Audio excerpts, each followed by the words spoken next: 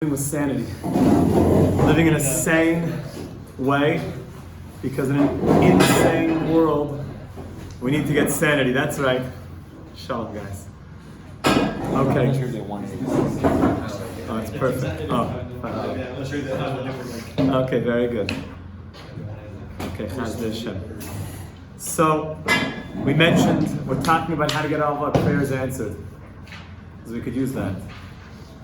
To pray for something and have it answered. And we said the reason why our prayers are not being answered is because we're not learning Torah properly. And because we're not learning Torah properly, we're missing the chen. That chen, that grace, that charm. When a person has chen, you just want to give everything to them. When they have that grace, you just want to pour your love towards them. And we're missing that chen. And we said when something in the spiritual world goes missing, it doesn't just go into oblivion. It falls from a holy place to an unholy place. And that's why people are bowing down to Patty Mahomes. That's why people are bowing down to the Hollywood actors and actresses and claiming that they have all the beauty, but when you look beneath the surface, there's something very ugly. And you see that there's troubles, and there's family problems, and there's abuse, and substance abuse, domestic abuse, and violence. And, I don't know if they still have these things, but when you used to go to the supermarket and, when you check out, they had like all these trashy magazines of like paparazzi taking photos of, here's Prince Philip, like, in a scandalous situation. And, I'm sure most of it is just all made up and false and just lashon hara mechilus. But we all get a sense that the people from that world is not somebody that you'd want to make a shidduch with. It's not somebody that you'd like to marry into their family. Which means, what exactly is so beautiful?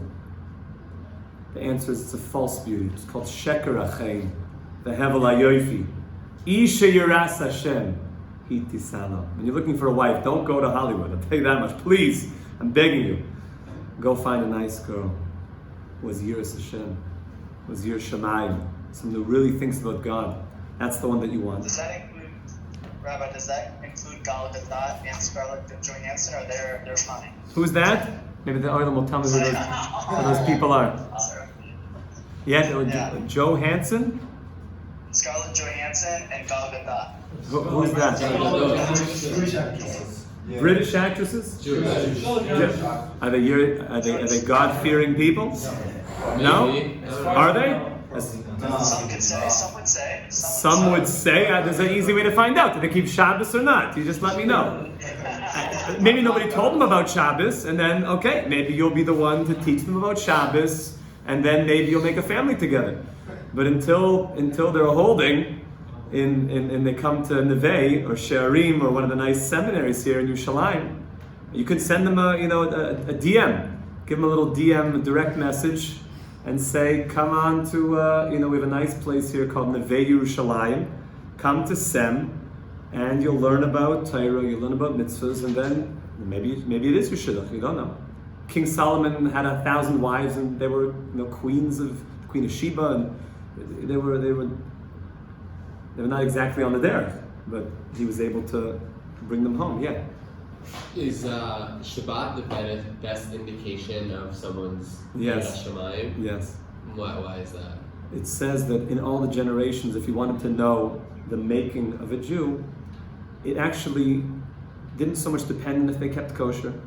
It didn't even depend if they were people who stole things, even though, of course, we are very particular to never do any of that as well. And it didn't even depend so much if they did illicit relations, God forbid, chas v'shalom. The main indicator in all the generations, if someone was considered a member of Klal Yisrael, to be considered a member of the tribe, was always, are they shomer Shabbos? You don't say, are they shomer tzitzis? Is he shomer tefillin? Is she shomer kashrus? Is she shomer tznius even? Shomer Shabbos. Because Shabbos encapsulates everything. The person who keeps Shabbos, you'll see they really are into everything. And the person who doesn't keep Shabbos, it means that there's fissures, there's cracks in the system. They might fake it on the outside, But if Shabbos is the indicator. And that's why it says if a person doesn't keep Shabbos, you can't touch their wine. Why Shabbos? They could steal. They could be horrible. You could drink wine with them. Shabbos, you can't drink the wine.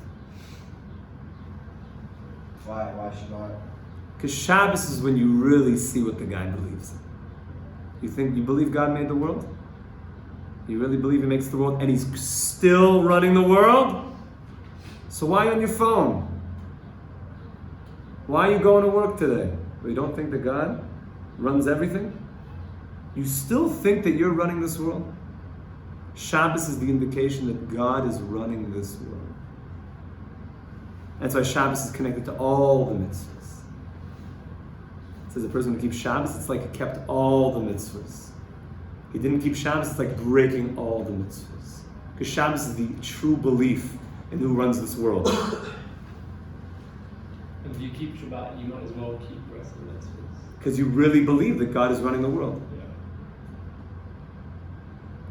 And there's many levels of Shabbos. There's the level of Shabbos just called, don't do that. Oh, you can't do that. You're not allowed to move the peas from the carrots. What are you thinking, man? Thank you for coming to my house. Have a great day. That's horrible. No wonder people get all, disenfranchised with Shabbos, Chalila. Because they thought it was just don't do this and don't do that. They forgot that being Shomer Shabbos means, so now that I'm not doing any of the weekday stuff, so what am I doing? That's called Oinig Shabbos. That's the pleasures of Shabbos, the delight of Shabbos, the inner kernel of consciousness of Shabbos. That's where it really starts to get good. And when you go to people's houses on Shabbos who really get Shabbos, go to Rabbi Dov Ber Cohen's house on Shabbos. You'll probably fall over from excitement of how much light is just beaming out of his face on Shabbos. It's unbelievable. You go to big tzaddikim on Shabbos and you see what Shabbos is. You realize that the Lord is good. Shabbos is the indicator. And therefore we said the Sheker Achein, that because grace fell, it doesn't just disappear, it goes to the dark side. And we seem to associate beauty with things that are not really beautiful in their inner essence. And we said the way to get this back is to learn Torah. And then Reb Nachman taught us yesterday that we have to look for the Seichel Shebachol Davar. We have to look for the inner light in every single thing. Now I'm reading inside, look carefully. Ki Isha Yisraeli Sarch Tamid L'Staka B'Seichel Shebachol Davar. To look for the inner consciousness in everything. Ulakasher Atzmai Ela Chachma. To connect ourselves to the wisdom. When we talk about Chachma, we talk more about Chachma. The wisdom of everything. What is the consciousness in everything?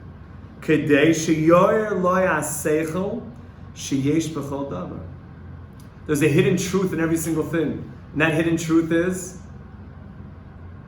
that God is beaming it into existence every single second, like we mentioned yesterday. And if for 1 second God stopped beaming this extension cord into existence, it would cease to exist. And therefore the fact that it's on this table is saying something to me. I don't think I ever saw an extension cord on this table before, which means today there's something, some consciousness for me to think about. And if you start living your life like this, it means there's going to be big light, very, very strong light all the time. In every single moment, there's going to be a point of consciousness in everything, every person. And there's no such thing as coincidence anymore. Everything shines with big light. It's no longer just extension cords and tables and fellow classmates. It's neshamas, and it's God consciousness, and it's messages for me now in my life. How do I understand? How do I navigate the insanity of this world? The only way to find sanity is finding the point of consciousness in every single moment. Yes, Sam. How can you distinguish between what are actually the messages, and how do you know? The extension cord is telling me that I should extend myself as a friend to another person? Like, where am I just being poetic, and where is it a true message of God? Well, like if you're reading messages, like isn't there a risk you're reading into it or like you're making it up? Yeah, so we're going to learn that it's actually very hard to do this. To get to the Seichel Shebachol Davar is not an easy thing. And it's the light is so powerful that it can eclipse you. And therefore it's not so easy to access this light. And we're going to learn that there's another way to get this light. In a way that you won't be fooled and you won't be tricked. Because there are those who can trick you with this light, who could tell you that you met that person at that time, so it must mean the following. Like we talk about all the time, that a guy says, ooh, all of a sudden he sees a truck go by with a giant ice cream cone on it. He's like, I went to the gym today.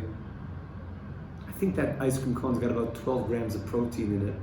Yeah, that's why I want an ice cream cone. Gains! It's actually going to be a mitzvah for me to have an ice cream cone right now. Right? Or the classic one that I always say, that there was a guy a couple years ago and he told me that the reason why he has to play 7 hours of Fortnite, nowadays nobody even plays that anymore, 7 hours of Fortnite a day, is because he read a lot of studies. Anytime I hear that, I read a lot of studies, I'm like, oh, yeah, studies, okay, yeah, sure. That say that if you play up to 7 hours of video games a day, it can significantly increase your hand-eye coordination. It's statistically significant to increase your hand-eye coordination. I said, you Baal Taiva, you just like playing Fortnite and ditching shear. That's what's going on. No, Rabbi, I might go into being a pilot. Like, you don't understand. That's the message. Why do you think God made Fortnite? It was for me to get hand-eye coordination. So it's easy to be fooled and read into something, a false message. And therefore we're going to see there's going to be another way to know what the message that God is trying to tell you in every single moment. And we're going to get to that in the next paragraph. But right now we're just talking about this light. If you can get this light undiluted, that's the way that the tzaddikim actually walk around and they see light in everything. And they get the actual message of what it's trying to teach you. That's why the tzaddikim are so sane. They're not fooled by this world. So we're still talking about this light before we talk about practically for guys like us how we can receive this light. We're going to talk a little bit more about this light. So look inside. Ki ha-seichel hu or gadol. This seichel, this consciousness in every single thing is a wondrous light. Umeir loy b'chol d'rachav. And if you can lock into this light, it will give you luminescence in everything that you do. You're going to be somebody with confidence. You're going to be somebody that sees the world in a clear way. You're not going to feel self-confident anymore. You're going to know how to make what your next decision is, what the next email you should write is, how to respond to that person, how to act at the party. You're going to always know what to do. Always. With simcha and excitement. Everything's clear to you. Whereas most people don't live that way. They live with anxiety and uncertainty and like, how should I respond and how should I dress and what kind of outer game should I play, and the girls don't know how do I present myself, and that's called a world of darkness, of not living with the seichel sheb'chol davar. But a person who can get this seichel, this light in every moment, is so luminescent. But we're going to tell you that it's not so easy. But let's still stay on that light for a little bit. Kamoisha Kosov is going to bring a proof from the verse in Koheles. Chachmas Adam Ta'ir Panav. The Chachma of a man, that's the Seichel Sheb'chol Davar, is the point of wisdom. It's called Chachma. Lights up a man's face. That a person who really lives with this Chachma, who has this true wisdom of the God point in everything, it shines through his face. That's when we say that a man has a shiny face. His face is shining. It doesn't mean that he put on too much coconut oil. It means that he's shining with a godly light because he sees the God point in everything. In everything.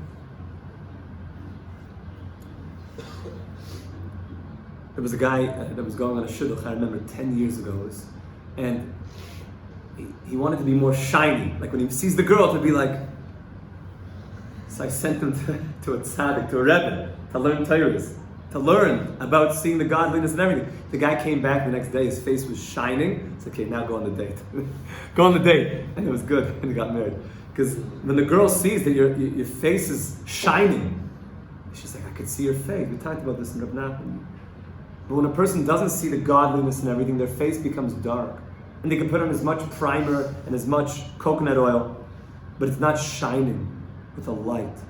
So this light in everything is what we want to see. It's the God point in everything. And when you have that, says King Solomon, it will shine through your face like it could shine in a man's eyes. The eyes are shining with light. And now the Rebbe is adding that there's an archetypical person in the Torah that represents this. V'zeh b'chinas Yaakov. This is represented by the patriarch Yaakov, Jacob. Ki Yaakov zochel b'chayra. Because one thing we know about Yaakov is Yaakov got the blessing of being the firstborn. Yaakov's the firstborn, right? Well, who actually came out first? Esav came out first, right? And Yaakov was holding on to onto the heel.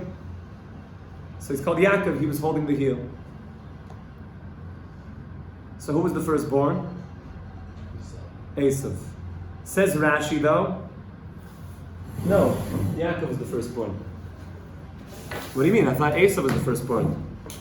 Yaakov says something wondrous. Oh, thank you very much.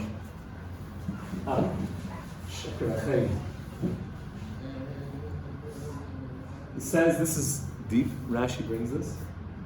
Imagine you have a thin tube. And you put two pebbles into the tube. You put a pebble and they fit exactly.